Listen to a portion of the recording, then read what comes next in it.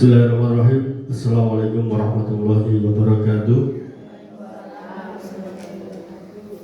Asyhadu an la ilaha illallah wa asyhadu anna Muhammadar Rasulullah.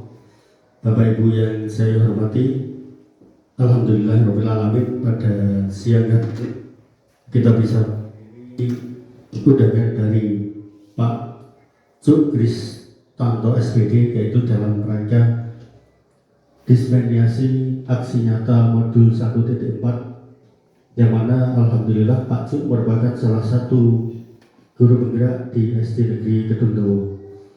Untuk itu nanti adapun acara pada kesempatan ini adalah pembukaan oleh Ibu Kepala Sekolah, dan nanti diteruskan langsung pemateri, yaitu Pak Cuk Kristanto SPD tentang materi yang telah didapat di dalam modul 1.4.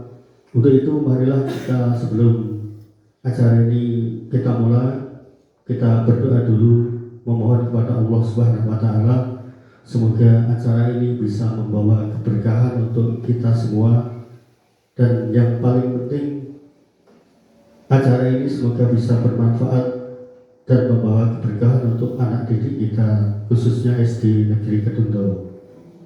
Ila hadrati Nabiyil Mustafa Muhammad sallallahu alaihi wasallam. Al-Fatihah. A'udzubillahi minasyaitonir rajim. Bismillahirrahmanirrahim. Alhamdulillahi rabbil alamin, arrahmanir rahim, maliki yaumiddin. Iyyaka na'budu wa iyyaka nasta'in. Ihdinas siratal mustaqim. Siratal ladzina an'amta 'alaihim ghairil maghdubi 'alaihim waladdallin. Amin. Semoga acara ini diberi kelancaran dan diberi keberkahan oleh Allah Subhanahu. Bapak Ibu, untuk menyingkat waktu, langsung saja untuk acara selanjutnya kami aturkan kepada Ibu Kepala Sekolah, kepada yang terhormat Ibu Lili Sugiyati untuk memberikan prakata dan memberikan membuka acara ini.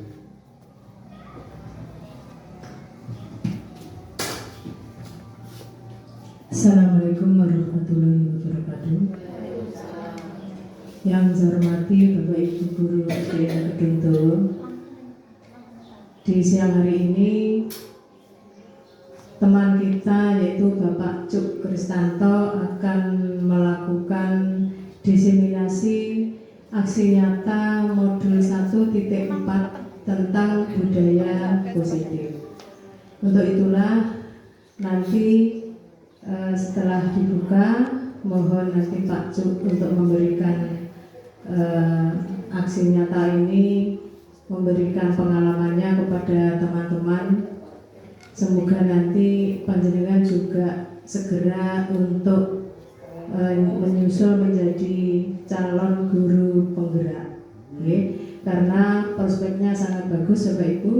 Dan untuk anak-anak juga begitu, ilmu yang kita dapat dari CGP ini nanti anak-anak bisa lebih berpengalaman dan budaya positif ini bisa dikembangkan di masing-masing kelas. Untuk itu siang ini mari kita buka, kita mulai untuk aksi nyata di siang ini yang akan dilaksanakan oleh Bapak Cuk Kristanto. Saya kira itu saja Bapak Ibu, saya akhiri. Wassalamualaikum warahmatullahi wabarakatuh.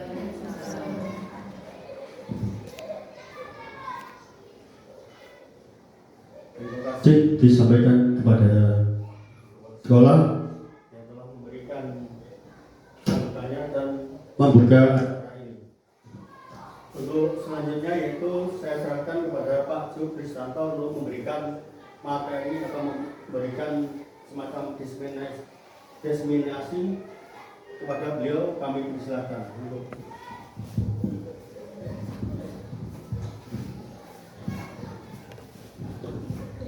Bismillahirrahmanirrahim. Assalamualaikum warahmatullahi wabarakatuh.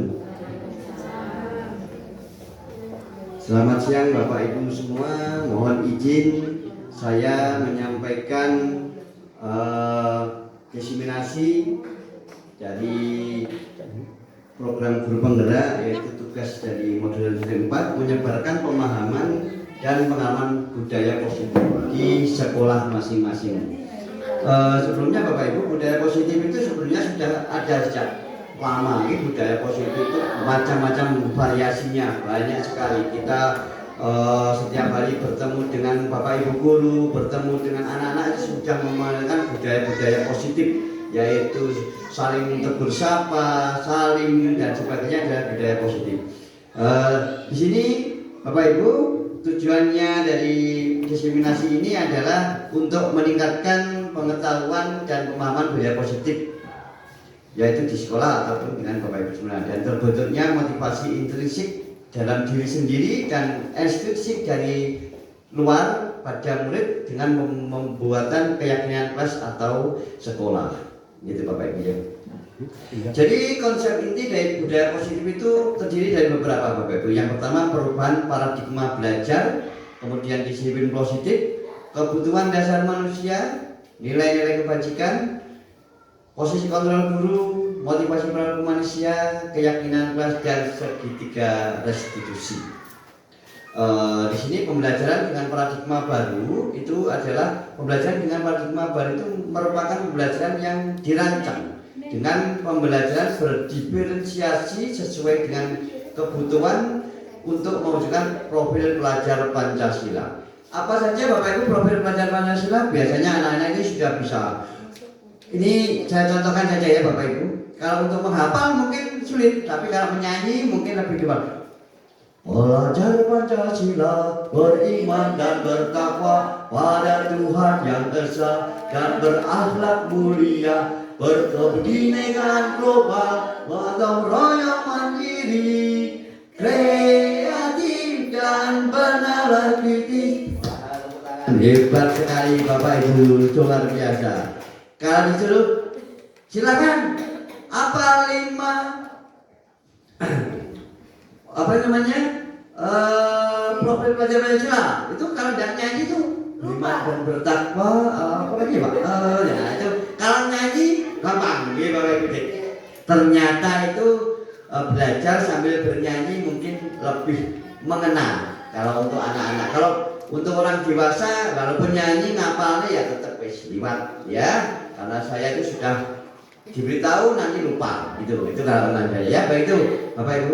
Kemudian yang kedua yaitu miskonsepsi tentang teori kontrol. Jadi teori kontrol itu dari Bapak Ibu itu ternyata salah kita miskonsepsinya, bahwa kita ilusi guru mengontrol murid. Jadi murid itu bisa kita kontrol. Kita kalau mungkin Bapak Ibu guru yang zaman dulu memang kita berkembang nih Bapak Ibu. Jadi pembelajaran itu berkembang. Kalau zaman dulu kita memang dikontrol oleh Bapak Ibu guru. Namun ya ada plus minusnya. Kalau mungkin Bapak Ibu guru zaman dulu yang masih ada waktu zaman saya itu lebih berhasil. Orang-orang yang contohnya B.J. Habibie dan sebagainya ya. Sebenarnya Bapak Ibu guru yang sekarang itu juga banyak kan yang berhasil misalkan. Tapi kan dengan kondisinya masing-masing ya. Jadi itu mengontrol murid. Kemudian ilusi bahwa kritik dan membuat rasa bersalah mampu membangun karakter. Jadi kita mengkritik murid kita itu kita merasa bahwa mereka nanti akan bisa berubah. Ternyata tidak juga. Bisa jadi mereka akan menjadi lebih down, merasa bersalah. Akhirnya kalau orang mengatakan ya ceklek begitu ya, ya seperti itu.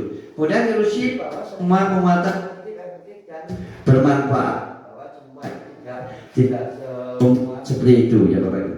Kemudian ilusi bahwa orang dewasa berhak memaksa. Jadi kalau kita mengatakan Bapak Ibu guru atau kita sebagai orang tua itu biasanya kita memaksakan kehendak. Ya maksudnya sudah baik Bapak Ibu.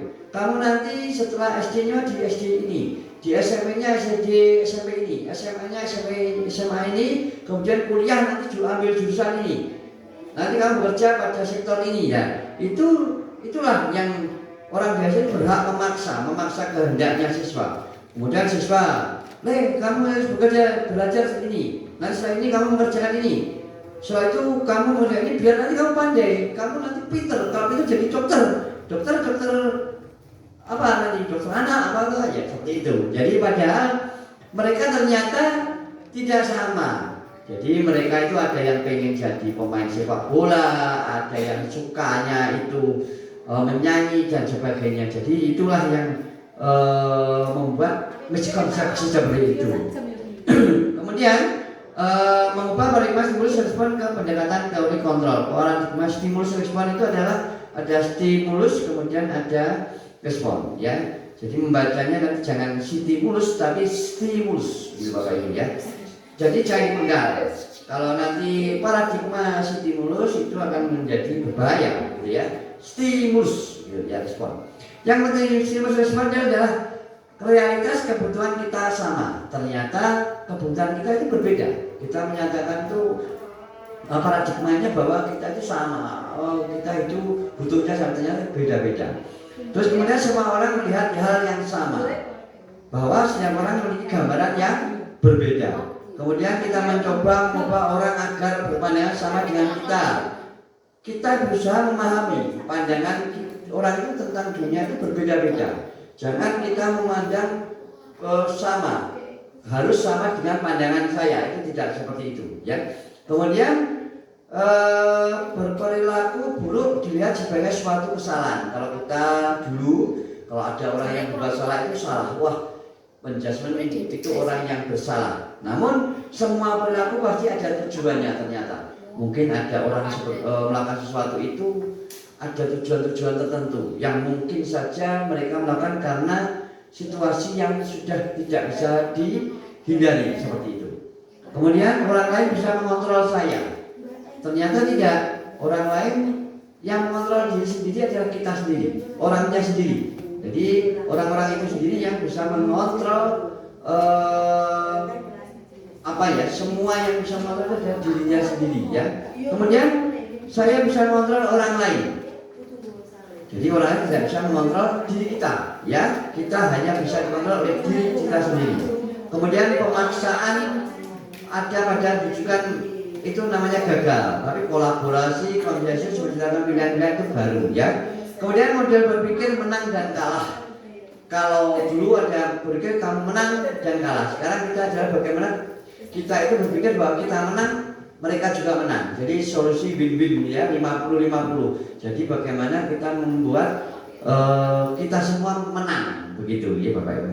Kemudian yang disiplin positif masuk ke budaya positif ini yaitu disiplin dari kata disiplina, ya, yang berarti belajar. Disiplin mengacu pada disiplin diri yang memiliki tanggung jawab terhadap apa yang diyakini. Kemudian disiplin positif adalah salah satu cara penerapan disiplin untuk menumbuhkan kesadaran peserta didik tanpa imbalan, penghargaan atau hukuman. Sebagai pendidik, tujuan kita adalah menciptakan anak-anak yang memiliki disiplin diri sehingga mereka bisa berperilaku dengan mengacu pada nilai-nilai kebajikan universal yang memiliki motivasi intrinsik, ya. Jadi tujuan disiplin positif adalah peserta didik, karena objek kita adalah peserta didik, kita diri sendiri dan peserta didik, gitu. Kemudian nilai-nilai kebajikan. Nilai-nilai kebajikan adalah nilai-nilai yang diyakini kita, karena nilai tersebut bersifat universal atau secara umum, secara mendunia dan melintas bahasa, suku bangsa, agama maupun latar belakang.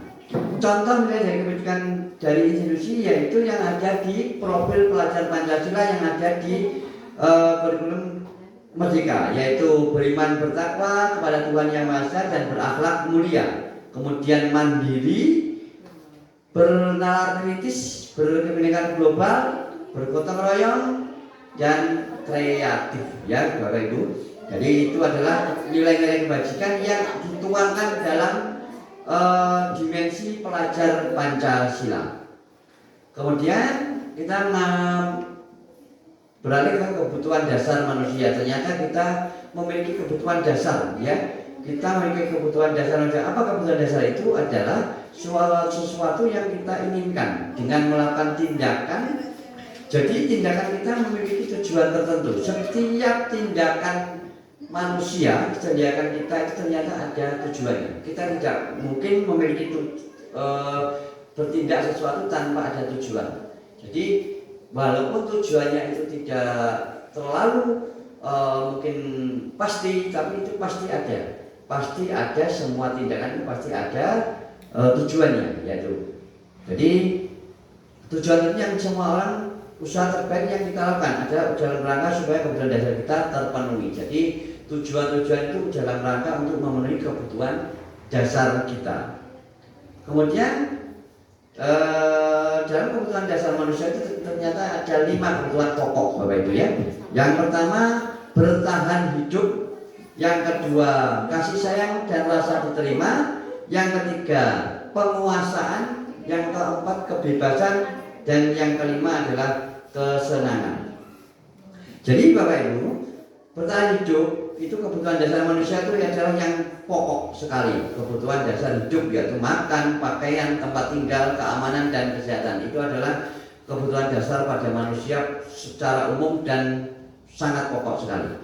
Kemudian yang kedua adalah kebutuhan kasih sayang dan rasa diterima. Rasa diterima, diperdulikan, berbagi, bekerja sama, menjadi bagian dari kelompok itu juga kebutuhan. Kita tidak mungkin menyendiri. Kita mesti ingin berbagi dengan orang lain. Kita ingin menjadi sebagian dari kelompok-kelompok yang lain.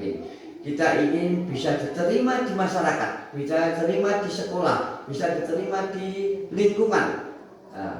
Kira-kira kalau kita tidak diterima, tidak bisa berbagi, tidak bisa masuk dalam suatu kelompok tertentu, pasti kita akan sendiri. Itu kan sendiri. Dalam kesendirian itu sangatlah tidak menyenangkan karena kita sendiri tidak bisa berbagi dengan orang lain. Kemudian yang ketiga kebutuhan penguasaan. Penguasaan itu dalam hal ini adalah harga diri, keinginan untuk dianggap, terus kemudian memimpin, berprestasi, diakui, didengar. Nah, ini adalah penguasaan itu adalah normal Bapak Ibu ya. Di sini adalah karena kita memang manusia, sedikit banyak kita pasti inginlah. Kita memang itu dasar dari manusia. Harga diri itu pasti punya. Itu sangat fundamental ya. Kalau ada orang mengatakan harga diri saya jangan sampai diinjak-injak seperti itu. Kemudian keinginan untuk dianggap bahwa kita nanti kalau kita tidak dianggap oleh orang lain, tidak dianggap oleh masyarakat, kita juga akan merasa tidak enak. Kemudian sebagai pemimpin ya, kita itu sebagian orang memang ada yang ingin menguasa, dia sebagai penguasa atau penguasaan pada orang lain, memimpin orang lain, memimpin gitu ya, ingin di depan, ingin menjadi orang yang terbaik, seperti itu pasti ada. Kemudian ingin berprestasi itu pasti, karena kita manusia, kita bekerja juga ingin menjadi seorang yang berprestasi, karena berprestasi itu juga membuat kita bukan hanya untuk, kalau ada orang ingin berprestasi itu untuk prestis, biar diwahkan orang, tapi kita juga agar kita nanti ditiru oleh murid-murid kita, ditiru oleh anak-anak kita. Jadi bapaknya, bapak ibu gurunya, kalau seorang berprestasi mereka akan lebih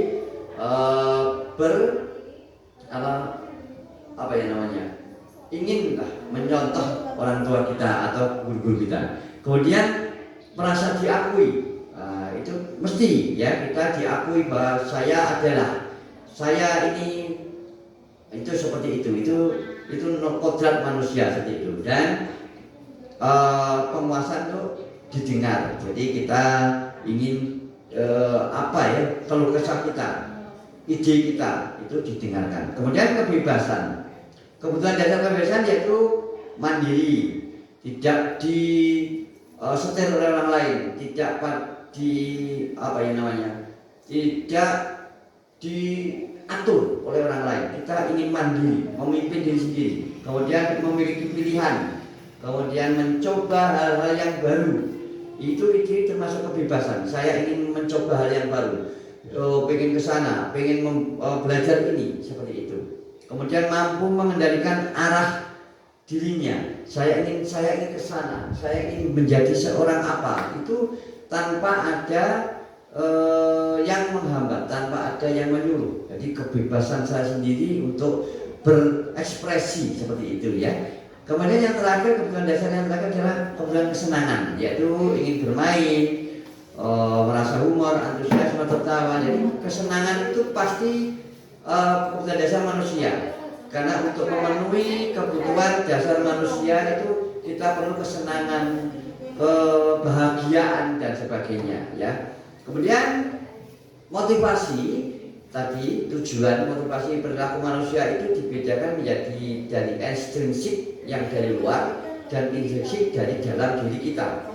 Kalau dari luar itu contohnya ekstrinsik itu untuk menghindari tidak nyaman atau hukuman, itu motivasinya seperti itu. Kalau dari luar ya, untuk menghindari ketidaknyamanan atau hukuman. Kita melakukan sesuatu, motivasi agar tidak kena hukum, agar kita tidak nyaman. Kemudian untuk mendapatkan imbalan atau penghargaan dari orang lain. Misalkan kita melakukan motivasi itu agar orang lain menghargai kita. Mungkin murid kita agar bapak ibu guru suka pada kita dan sebagainya. Tapi kalau mau dari motivasi intrinsik dari dalam diri kita, yaitu untuk menjadi orang yang diinginkan dan menghargai diri sendiri sesuai dengan nilai yang dipercaya. Jadi bapak ibu itu melakukan motivasi itu melakukan sesuatu dari dalam diri sendiri, dari hatinya, bahwa jenengan itu akan melakukan itu karena motivasi dari diri sendiri. Kemudian di sini hukuman, konsekuensi dan restitusi itu adalah 3 hal yang berbeda dan berjenjang. Hukuman itu yang paling bawah. Jadi hukuman tidak terencana atau tiba-tiba, murid tidak tahu apa yang terjadi dan tidak dilibatkan, bersifat satu arah, berupa fisik maupun psikis. Kemudian kalau konsekuensi itu sudah terencana atau disepakati. Kemudian murid tetap dibuat tidak nyaman berdasarkan suatu data, sikap guru senantiasa memonitor murid. Untuk yang restitusi, proses menciptakan kondisi bagi murid untuk memperbaiki kesalahan mereka, proses kolaborasi yang mengajarkan murid untuk mencari solusi untuk masalah mereka. Jadi hukuman itu jelas kalau tidak melakukan, karena ini peraturan. Kalau hukuman itu adalah berasal dari peraturan yang sudah ditetapkan sehingga menjadi hukuman. Kalau tidak datang terlambat harus menunggu 20 menit masuk. Jika tidak membawa, misalkan tidak memakai topi saat upacara, harus berdiri di depan upacara gitu. Atau konsekuensi adalah karena sebab akibat. Jadi konsekuensinya. Jadi konsekuensi itu misalkan kalau kamu menumpahkan air milik temanmu, paling berarti kamu tidak harus minta maaf, harus memberikan mungkin yang baru, menggantikan. Itu konsekuensi. Jadi kegiatan tindakan itu konsekuensinya seperti itu. Kemudian kalau restitusi adalah itu di mana kita menciptakan anak-anak itu bisa nanti membuat mengambil keputusan sendiri dan bertanggung jawab pada seperti itu. Kemudian untuk 5 posisi kontrol guru tadi ya, ini ada 5. Sebelum kita mengetahui namanya 5 posisi kontrol guru, sebenarnya kita sudah melakukannya bertahun-tahun sebagai menjadi guru ya. Bahkan kita juga tahu bapak ibu guru kita yang dulu itu menggunakan posisi kontrol ini ya. Jadi bapak ibu guru kita dulu dan kita sekarang pun juga telah memiliki 5 posisi kontrol. Namun posisi kontrol yang seperti apa? Sebagai penghukum, pembuat merasa bersalah, teman, pemantau atau manajer. Jadi berikut ini adalah video tentang 5 posisi kontrol yang tertera di sini, yaitu sebagai penghukum, pembuat merasa bersalah, teman, pemantau atau manajer. Ya, jadi sini dulu. Coba.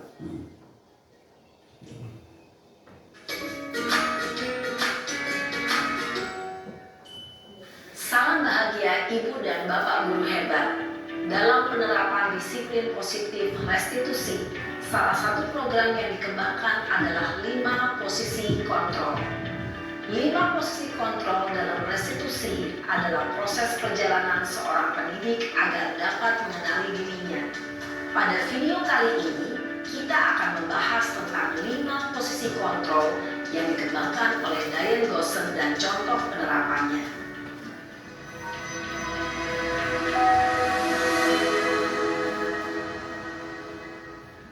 Lima posisi kontrol itu adalah: 1.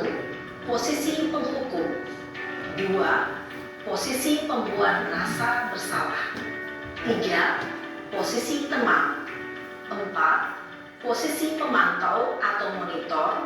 Dan 5. Posisi manajer. Untuk lebih memahami kelima posisi tersebut, mari kita saksikan kasus Naren yang terlambat hadir 20 menit di sekolah dan melihat bagaimana kelima posisi kontrol dalam menghadapi masalah tersebut.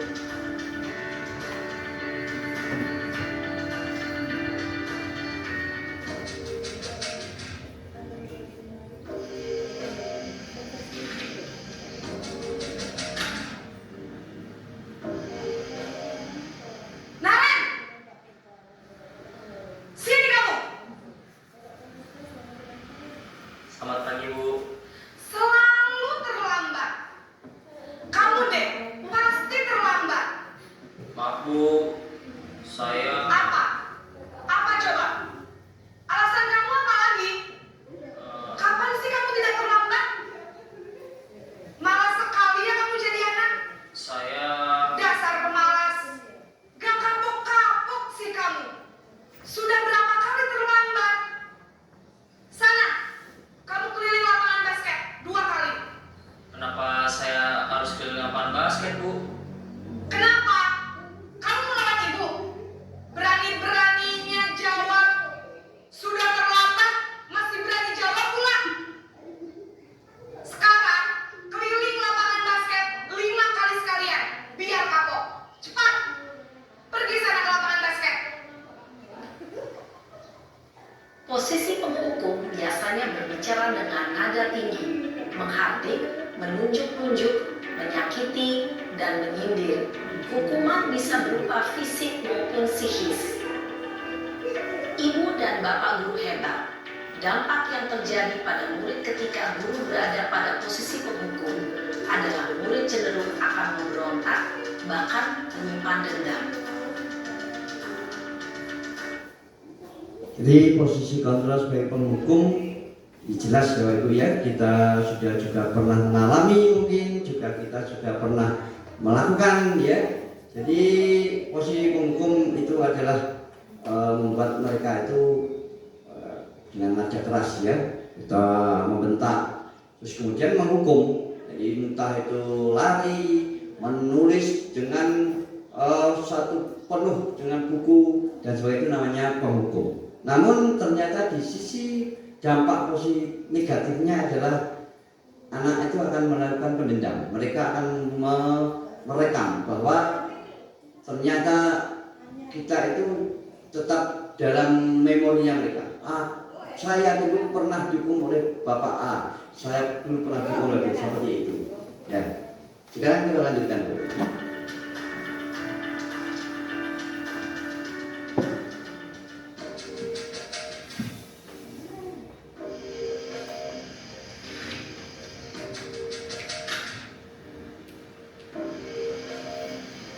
Naren!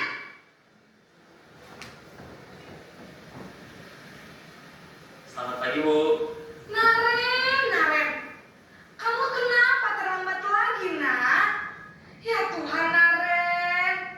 Kamu senang ya bikin ibu susah ya? Kalau kamu terlambat lagi, nanti ibu yang ditegur bapak kepala sekolah, nak. Disangka ibu tidak bisa membina kamu. Duh, gimana ini? Maaf, Bu. Duh, Gusti Naren. Kamu suka ya kalau ibu ditegur bapak kepala sekolah? Terus, sekarang ibu harus tulis apa yang di buku absen? Ini kamu sudah sering terlambat loh. Ibu harus apa coba? Maaf, Bu. Maaf sekali. Ya sudah, lain kali jangan bikin ibu susah lagi ya nak ya. Ibu tidak akan kuat lagi kalau kamu begini terus. Bisa jantungan kalau ibu ditegur bapak kepala sekolah. Sana cepat ke kelas. Maaf ya, Bu. Maaf sekali. pembuat rasa bersalah berbicara dengan nada tenang, cenderung lembut. Namun kata-kata yang diutarakan membuat murid merasa menjadi orang yang gagal, memandang buruk dirinya sendiri, merasa tidak berharga, dan tidak sanggup membahagiakan orang lain. Ketika guru mengambil posisi pembuat rasa bersalah, murid akan menganggap dirinya yang bersalah dan ia akan menyimpan emosi negatif tersebut di dalam dirinya. Jadi untuk merasa bersalah, nadanya berbeda dengan yang penghukum. Namun itu namanya kalau kita itu melulu ya. Jadi anak-anak itu membuat mereka itu sangat sekali bersalah. Karena dari video tadi, maaf ya Bu, maaf sampai seperti itu, karena dia dibuat sangat bersalah sekali karena gurunya nanti dimarahi kepala sekolah, tidak enak dengan lainnya seperti itu. Ini sekarang yang kita di posisi teman.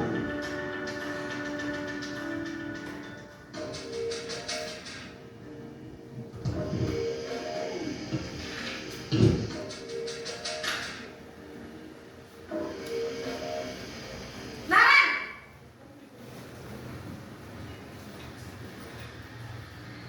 Selamat pagi, Bu. Wah, sudah jam berapa ini, Nak? Terlambat lagi ya, sayang? Iya, Bu. Habis ibu saya lupa bangunkan saya, Bu. Kamu malah menyalahkan ibu kamu. Kamu bukannya anak yang larinya paling kencang. Kok terlambat sih? Iya, Bu. Saya memang terlambat bangun tadi. Jadi, biarpun saya lari kencang, tetap gak kekejar, Bu. Ya sudah sana, nanti lain kali larinya lebih kencang lagi ya. Biar gak terlambat lagi. Bikin seneng ibu, demi ibu. Bisa kan? Bisa lah, Bu. Ya sudah sana masuk kelas. Ibu beresin urusan absen kamu. Kamu ini ada-ada saja. Dalam posisi teman, guru berbicara dengan nada suara ramah, akrab, cenderung bersenda gurau untuk menjaga suasana tetap santai. Murid akan merasa senang, aman, dan akrab dengan guru. Identitas yang tercipta adalah identitas sukses atau berhasil. Namun, perlu diingat, karena ini masih dorongan eksternal, maka ada faktor ketergantungan dari murid kepada orang tertentu. Di sini, guru absennya, sehingga di lain waktu, murid bisa berperilaku baik, namun hanya kepada orang-orang tertentu saja. Jadi dalam posisi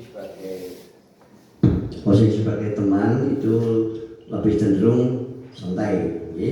Jadi santai seakan-akan ya seperti temannya. Namun perlu diingatkan di situ memang anak itu nanti akan mungkin takut atau pada kita saja, tapi tidak pada bapak ibu guru yang lain. Jadi ya, itu termasuk juga kurang baik, gitu ya. Selanjutnya, kemudian untuk posisi pemantau atau monitor.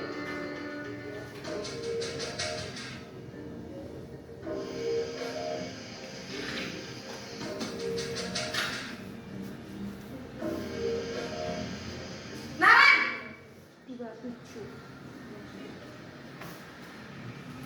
Selamat pagi, Bu. Naren, apa peraturan sekolah kita tentang jam berapa kita harus masuk sekolah, Nak? Kita harus di sekolah jam 7, Bu. Iya betul, sekarang sudah jam 7.20. Naren sudah tahu konsekuensinya jika terlambat hadir. Paham, Bu. Saya harus tinggal kelas pas jam istirahat selama 20 menit. Iya benar, konsekuensinya demikian. Jadi nanti jam 9.30 pas istirahat, kamu harus tinggal di kelas, kerjakan tugas tambahan untuk ketertinggalan kamu, ya? Baik, Bu. Posisi pemantau mengandalkan penghitungan atau data untuk mengontrol murid. Guru mengarahkan murid berdasarkan peraturan dan konsekuensi.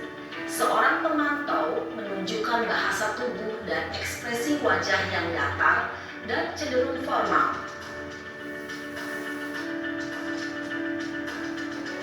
Jadi posisi sebagai kontrol tadi apa sih namanya, sebagai ini pemantau itu mengandalkan aturan, ya. Jadi aturannya seperti apa? Ya, seperti itu. Jadi daftar saja. Kamu datang jam berapa ini? Aturannya seperti apa? Ya seperti itu. Itu namanya posisi sebagai pemantau. Gitu ya. Kemudian lanjutkan yaitu sebagai Dan cenderung formal. ya ini sebagai posisi manajer. Naren,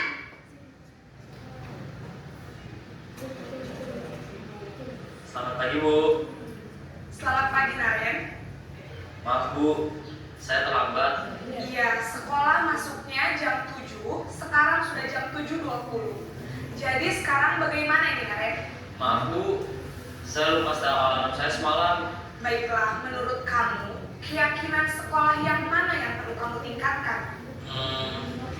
Menghargai diri sendiri dan orang lain mungkin ya Bu.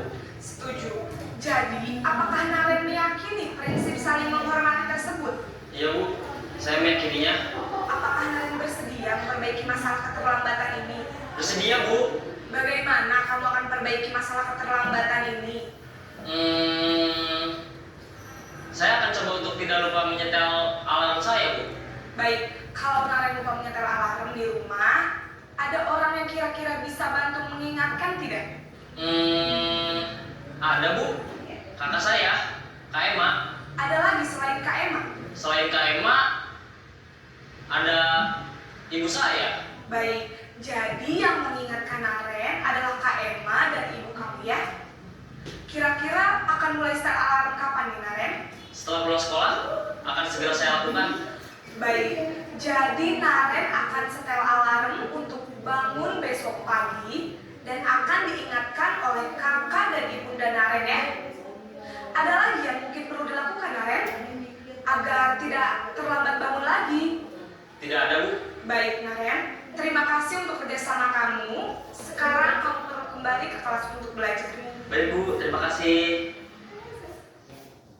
Posisi manajer adalah posisi kontrol yang disarankan untuk membimbing murid memiliki sikap disiplin yang positif, yaitu murid yang mandiri, bertanggung jawab, dan dapat memecahkan masalah. Tujuan dari posisi ini adalah agar murid dapat berefleksi atas tindakannya. Guru akan dengan tulus memberikan pertanyaan-pertanyaan bermakna, sehingga membuat murid dapat belajar dari kesalahannya dan mencari sebuah solusi untuk menyelesaikannya. Jadi posisi manajer itu adalah bagaimana mereka memahami bahwa mereka itu ternyata bersalah, kemudian memecahkan masalahnya dan bertanggung jawab atas tindakannya. Jadi mereka memecahkan diri, diberikan pertanyaan-pertanyaan untuk menggiring kepada siswa tersebut. Jadi mereka itu bisa lebih memperbaiki dirinya dengan sebaik-baiknya. Ibu dan Bapak guru hebat, setelah mengamati adegan kelima posisi kontrol tadi, kira-kira posisi mana yang paling ideal? Posisi mana yang dapat menunjang motivasi intrinsik murid? Jadi Bapak Ibu setelah melihat posisi mulai dari awal, mulai dari posisi penghukum, pembuat masalah bersalah, teman, monitor, dan sebagai manajer, kira-kira yang seperti apa Bapak Ibu yang paling baik itu? Sebagai manajer. Ya, tentu posisi manajer. Itu adalah posisi yang paling ideal. Dan ingin dituju setiap pendidik. Pada posisi inilah guru dapat menerapkan disiplin positif yang berpihak pada murid, yang memerdekakan murid. Perjalanan seorang pendidik tentunya tidak mudah untuk sampai pada posisi seorang manajer. Namun, tujuan kita pasti, yaitu menciptakan murid-murid yang mandiri, merdeka, dan bertanggung jawab. Semoga penggambaran 5 posisi kontrol yang telah diperlihatkan ini dapat menjadi ajang refleksi bagi kita semua, agar dapat terus mengasah dan menerapkan disiplin positif yang memerdekakan murid. Mari terus berlatih dan bersemangat. Selamat menerapkan. Salam dan bahagia Ibu dan Bapak Guru hebat. Ya, baik Bapak Ibu. Di sini flashback lagi. Ternyata kita di mana ya? Kita mungkin pernah sebagai penghukum, mungkin juga pernah membuat bersalah, juga pernah mungkin sebagai teman, pernah memantau dari manajer. Namun pada posisi penghukum dan pembuat bersalah itu adalah sebagai guru yang gagal, Bapak Ibu ya.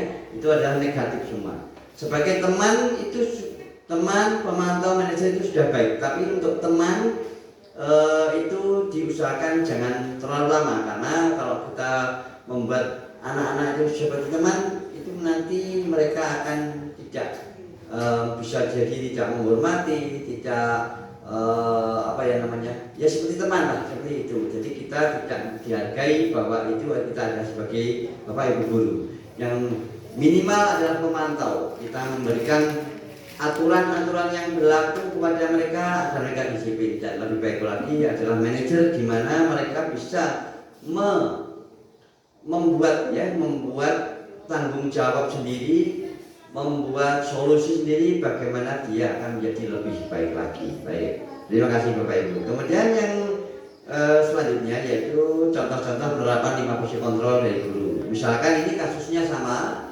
datang terlambat ke sekolah. Untuk posisi penghukum biasanya Bapak Ibu guru itu mengatakan hormat bendera selama 1 jam, jangan masuk di pintu gerbang, terus kemudian bersihkan sampah seluruh sekolah. Itu adalah menghukum. Mereka itu menjadi seorang penghukum. Untuk menjadi seorang pembuat mereka bersalah, kata-katanya tadi ya agak halus. Berapa kali Bapak harus mengingatkanmu? Bapak sudah mengecewakan kamu, sudah mengecewakan Bapak beberapa kali. Nanti Bapak ditegur kepala sekolah lagi, lagi kamu tidak kasihan dengan Bapak. Nah, seperti itu. Itu adalah posisinya sebagai pembuat bersalah. Untuk sebagai teman tadi kita santai ya. Kata-katanya mungkin ayo bantu Bapak, ikuti aturan sekolah. Sekali ini saja ya, lain kali jangan. Nah, jadi lebih rileks gitu. Kalau sebagai pemantau itu sudah jelas aturannya ya. Kamu sudah melanggar ini, tata tertib ini, apa konsekuensinya? Apa yang kamu langgar? Apa yang sudah ditetapkan ini? Apa konsekuensinya seperti itu? Jadi pemantau itu mengandalkan peraturan-peraturan yang telah disepakati atau kesepakatan yang telah disepakati. Untuk yang posisi penerapan sebagai manajer, nah itu kata-katanya berbeda. Apa kamu tahu kesalahanmu? Terus mereka akan introspeksi diri. Oh iya Pak, saya salah, saya tidak mengerjakan PR. Kira-kira bagaimana cara kamu memperbaikinya? Pak, saya nanti setelah pulang sekolah saya akan mengerjakan langsung. Kira-kira di rumah nanti kamu belajar dengan siapa? Nah, jadi Bapak Ibu guru memberikan pernyataan atau pertanyaan-pertanyaan pemantik yang bisa membuat mereka itu memberikan solusinya, memperbaiki dirinya sendiri dengan membuat suatu dia mampu memperbaiki dirinya sendiri tanpa disuruh oleh orang lain. Jadi kita mengarahkan mereka dalam diri instruksinya ya, dari dalam dirinya dia berpikir, ya Pak saya salah, nanti saya tidak akan mengulanginya lagi, saya akan memperbaikinya dengan cara seperti ini dan sebagainya dan sebagainya. Itu adalah sebagai posisi manajer. Kemudian keyakinan kelas. Ya, keyakinan kelas kenapa keyakinan bukan peraturan? Di sini dilihat di sini pembentukan keyakinan kelas itu bersifat lebih abstrak daripada peraturan. Kalau peraturan itu jelas tertulis konsekuensinya apa. Kalau keyakinan itu lebih luas, abstrak ya, kita pahami dengan bersama. Kemudian pernyataan-pernyataannya universal secara umum dalam bentuk positif Bapak Ibu. Dalam bentuk positif maksudnya apa? Kalau di peraturan tidak boleh datang terlambat. Tapi kalau keyakinan kelas datang tepat waktu. Nah seperti itu. Kalau mungkin di peraturan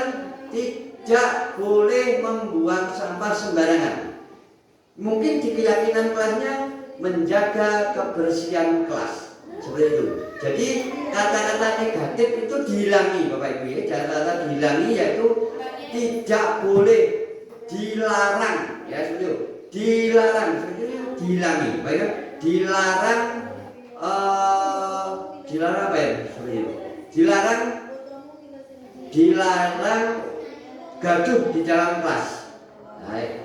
Diubah menjadi keyakinan kelas menjadi menjaga ketertiban bersama, seperti itu, yaitu namanya dalam bentuk positif.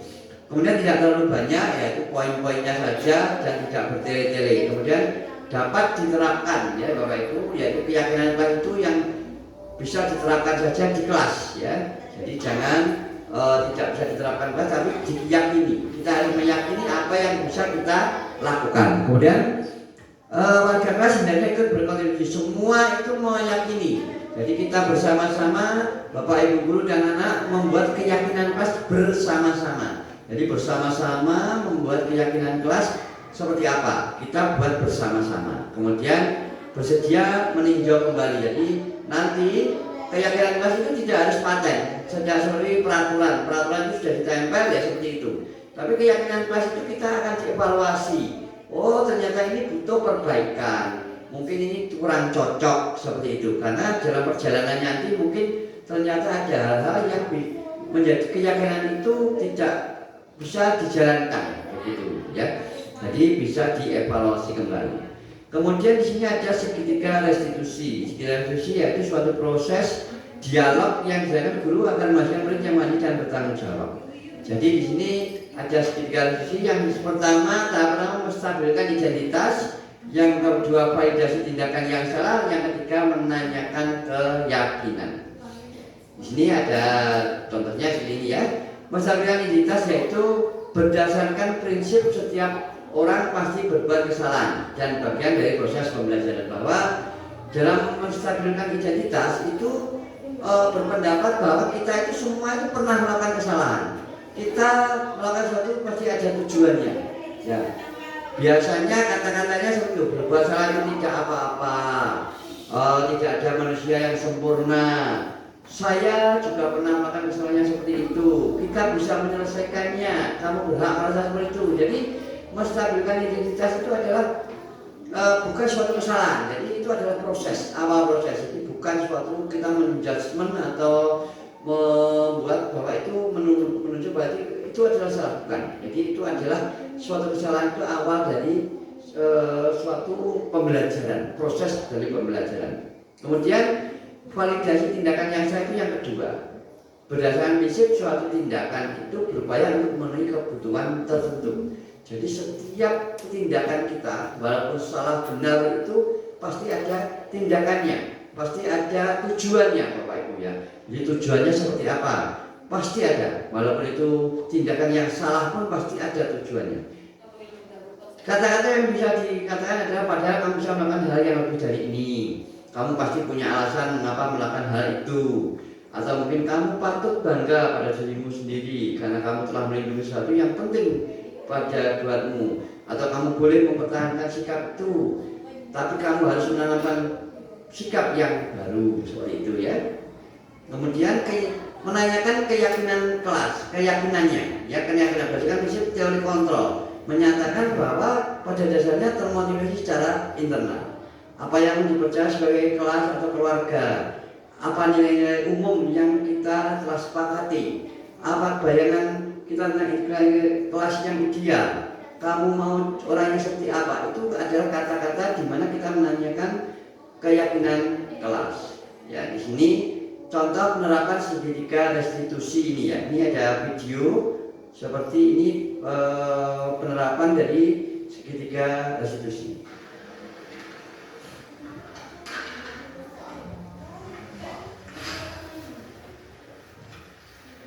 Siang Sarah. Siang Pak. Sudah lama nggak ketemu Sarah? Kenapa hari ini ada di sini? Kesel Pak, kesel banget. Masa aku dikatain tukang fitnah Pak? Ya aku marah lah. Aku balik ngatain Eka di depan kelas. Kesel banget. Oh begitu. Ya pasti kamu marah dan kesal. Bapak juga akan marah apabila ada yang menuduh Bapak seperti itu. Kemudian pada saat itu kamu mau melakukan apa? Ya saya langsung ngatain Eka lah Pak. Kesel banget. Saya bentak-bentak dia depan teman-teman lain. Oh begitu. Pasti kamu melakukan seperti itu karena suatu alasan tertentu kan? Iyalah, masa saya diam saja Pak? Ya saya bela diri lah. Masa saya dituduh tukang fitnah? Ya wajar lah. Mempertahankan harga diri itu sesuatu yang penting buat kamu. Untung kamu tidak bertindak lebih gegabah lagi. Hanya membentak-bentak. Iya Pak. Untung saya masih bersabar dan hanya membentak saja. Sudah gemes padahal. Saya pasti bela diri lah. Ya pasti ya. Tapi kamu memilih untuk tetap bertahan dan bersabar. Kamu memilih untuk tidak berbuat lebih parah lagi bukan? Iya. Nah, sekarang coba kita lihat lagi tindakan kamu yang bentak-bentak Eka di kelas.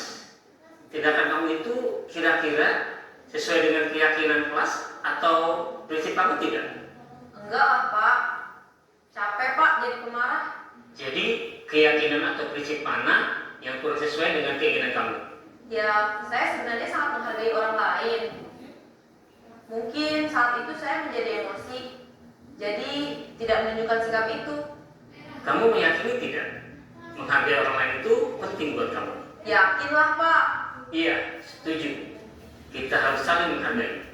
Namun, ada juga keyakinan yang kita sepakati yang perlu kita jalankan apabila kita sedang marah, bukan? Ya saya bisa lebih proaktif, mulai dengan diri sendiri. Saya bisa jadi lebih bersabar, mengambil waktu jeda untuk berpikir mau apa selanjutnya. Kira-kira kamu bersedia memperbaiki masalah ini tidak? Bersedia Pak. Kalau kamu memperbaiki masalah ini, kamu akan menjadi orang seperti apa? Saya akan menjadi orang yang bertanggung jawab kali ya Pak. Dan senantiasa proaktif. Iya, menurut kamu bagaimana rasanya menjadi orang seperti itu? Ya nyaman lah, bangga bisa bersabar dan menahan diri. Baiklah kalau begitu. Yuk kita pikirkan bagaimana memperbaiki masalah ini.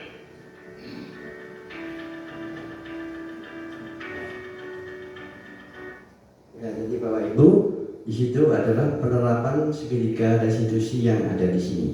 Jadi menstabilkan identitas tadi, kemudian validasi tindakan yang salah, menanyakan keyakinan kelas. Jadi Bapak tadi tidak langsung bagaimana mereka itu, ini adalah restitusi itu bagaimana anak-anak itu bisa membuat mereka tahu bahwa dirinya bersalah dan bisa memiliki atau membuat mereka itu menjadi nanti saya akan tidak mengulanginya lagi. Kemudian dia bisa berpikir bahwa menjadi orang baik itu akan seperti ini. Jadi Bapak Ibu guru nanti memang ini agak sulit Bapak Ibu guru ya, memang tidak mudah untuk menerapkan segitiga restitusi, bahwa kita harus lebih belajar dan belajar lagi bagaimana kita nanti menerapkan seperti itu. Perlu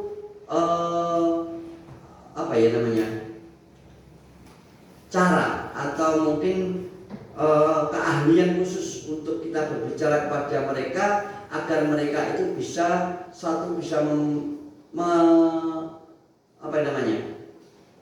meyakini bahwa apa yang dilakukan itu salah, kemudian merugikan orang lain, kemudian dia bisa merasakan bahwa ternyata hal itu akan tidak baik untuk dirinya.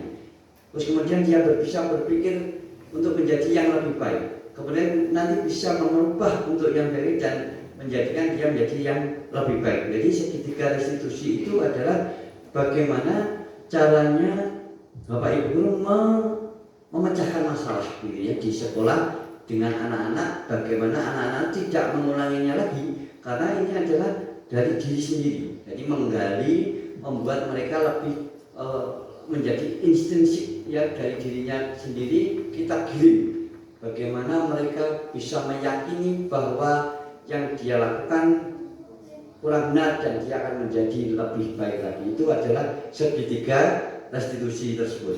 Jadi ini adalah segitiga restitusi. Kemudian di sini Bapak Ibu, di sini ada lainnya, yaitu yang tadi kita yang ada di hukuman ini. Nah, di sini hukuman, konsekuensi dan restitusi. Di sini kita buka yaitu di sini. Perbedaan hukuman dan konsekuensi. Menurut Bapak Ibu, mencatat 100 kali dalam satu buku kalimat, saya tidak akan terlambat lagi karena terlambat ke sekolah. Itu hukuman atau konsekuensi menurut Bapak Ibu? Hukuman atau konsekuensi? Hukuman, nomor 1 hukuman. Yang kedua, lari mengelilingi lapangan basket 2 kali karena terlambat dari ke sekolah. Jelas? Hukuman. Kemudian murid diminta push up 15 kali karena terlambat masuk kelas. Hukuman. Menggantikan kertas tugas teman yang dicoret-coret. Konsekuensi apa hukuman? Konsekuensi. Membersihkan tumpahan air di meja karena tersenggol saat belajar. Konsekuensi, murid disuruh untuk tidak mengenakan sepatu seharian di sekolah karena tidak mengenakan sepatu hitam. Jadi anak-anak itu pas harinya itu Senin tidak pakai sepatu sama bapak ibu gurunya diambil, dia harus nyeker gitu ya. Itu dulu memang ada ya, dulu waktu SMA saya ada itu kalau tidak pakai kaos kaki ya, karena dulu itu kan ada anak-anak sekolah itu tidak pakai kaos kaki. Waktu razia berarti sepatunya diambil satu. Akhirnya kan tidak mungkin kita pakai sepatu ya, akhirnya nyeker sampai pulang. Bisa diambil besok ya. Tapi itu menurut Bapak Ibu apa hukuman atau konsekuensi? Sini. Hukuman. Lari mengelilingi lapangan basket 2 kali karena terlambat 10 menit untuk pelajaran PJOK. Nah, hukuman atau konsekuensi? Coba kita ambil ya. Ya di sini.